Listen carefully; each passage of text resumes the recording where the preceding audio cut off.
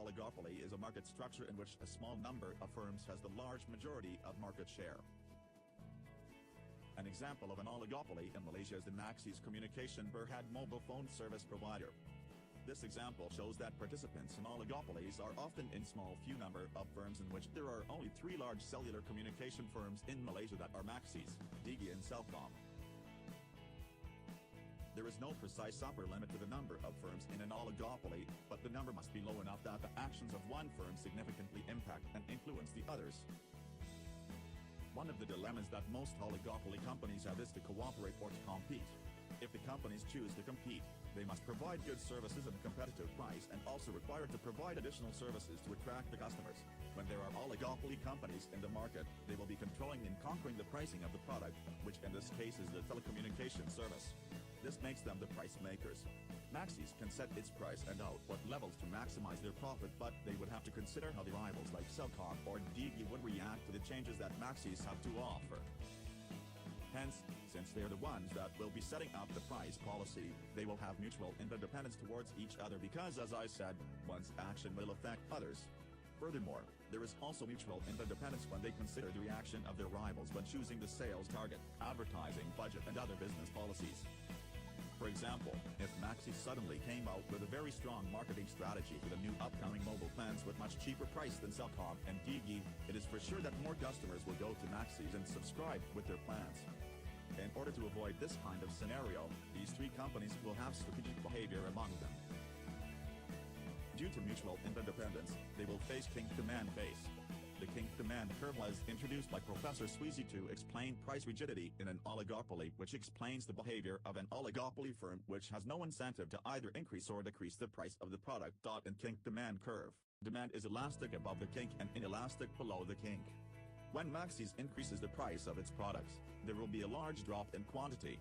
Celcom and Digi will not increase their price but maintain the same prices, thereby gaining customers from Maxis. When Maxis decreases the price of its products, there will reflect a small increase in quantity.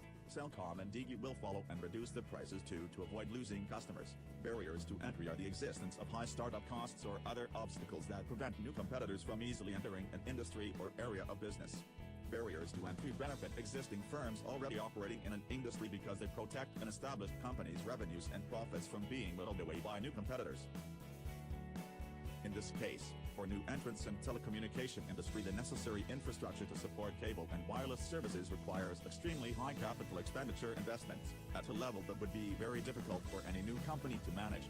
In addition, high levels of research and development expenses are also necessary. To gain entry to the sector, a new firm would probably only have a good chance of success if it came up with a very innovative product or service that would enable it to attract a large number of venture capital investors willing to invest a very large amount of capital in order to get the company started, and then to sustain it to the point of profitability. The existing major firms in the sector, such as Maxis, have taken decades to construct their existing infrastructures, and thereby possess an enormous advantage over any new company attempting to establish a presence in the telecommunications industry. As a large company, in the long run Maxis benefits from economies of scale or increasing return to scale. The most obvious benefit is the financial economies. A lower rate of interest will be given on the loan made by the company. This is mainly due to the high credibility. The company trusts that Maxis will be able to pay the loan on time. Whereas, in the aspect of economies of scale, these are declines in the unit costs of a product as the absolute volume per period increases.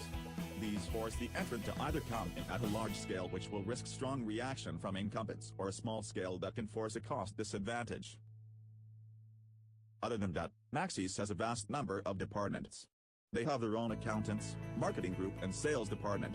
This reduces the cost of production because the company do not have to seek services from other companies that will charge them at a higher price. All activities are done under one company, which saves time and cost.